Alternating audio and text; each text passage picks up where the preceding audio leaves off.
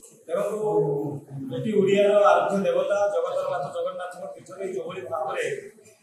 आम social media देखा पाऊँ जो भाव में गोमांस होटेल बिक्री हवा कथा हो ये प्रकार घटना है अत्यंत आम निंदा कर निंदा कौन प्रकार क्षमणीय नुहे जे प्रभु जगन्नाथ पीठरे गोमांस बिक्री ग्रहणीय नुहे निश्चित भाव निंदा करें निश्चित भाव तिरस्कार देखो आम के विश्वास कर पुरी भाई जगह एमती एक हो बर्तमान जो पुरी भाया पुरी धाम जो बाहर पाँच गोमांस कथा आसूची गोमांस बिक्री कथा आसूची होटेल गोमांस बिक्री कथा आसूची तो निश्चित भाव में ओडिशा सब जिले भद्रक नुहे ओडिशा सब जिले जो फूड इन्स्पेक्टर अच्छा निश्चित भाव में जांच कर आवश्यकता जांच करूँ कौन है वास्तव में गोमांस खाइबा हिंदू मान धर्म नष्ट करने विदेशी चक्रांत मुसलमान चक्रांत